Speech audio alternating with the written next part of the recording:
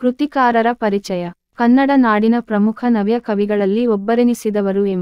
ಗೋಪಾಲಕೃಷ್ಣ ಅಡಿಗರು. ಇವರು ಕುಂದಾಪುರ ತಾಲ್ಲೂಕು ಕೆರ್ಗಾಲು ಗ್ರಾಮದ ಮೊಗೇರಿ ಎಂಬಲ್ಲಿ ಫೆಬ್ರವರಿ 18, 1918 ರಲ್ಲಿ ಜನಿಸಿದರು.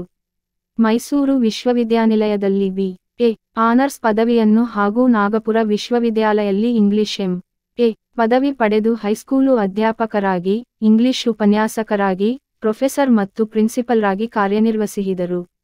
ಬೆಂಗಳೂರಿನಲ್ಲಿ ನಿವೃತ್ತ ಜೀವನ ಕಳೆದ ಅಡಿಗರು ನವೆಂಬರ್ 4, 1992 ರಲ್ಲಿ ನಿಧನರಾದರು.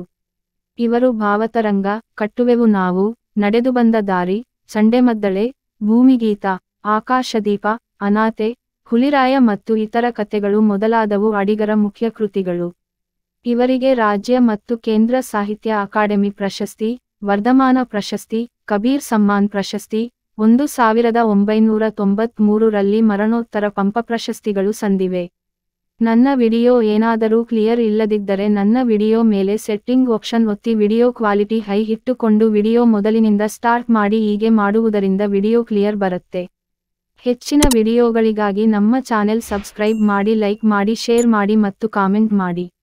ನೀವೇನಾದರೂ ಫಸ್ಟ್ ಟೈಮ್ ನಮ್ಮ ಯೂಟ್ಯೂಬ್ ಚಾನೆಲ್ ನೋಡುತ್ತಿದ್ದರೆ ಸಬ್ಸ್ಕ್ರೈಬ್ ಮಾಡಿ ಮತ್ತು ನೋಟಿಫಿಕೇಶನ್ ಬರಲು ಬೆಲ್ ಐಕಾನ್ ಅನ್ನು ಒತ್ತಿ.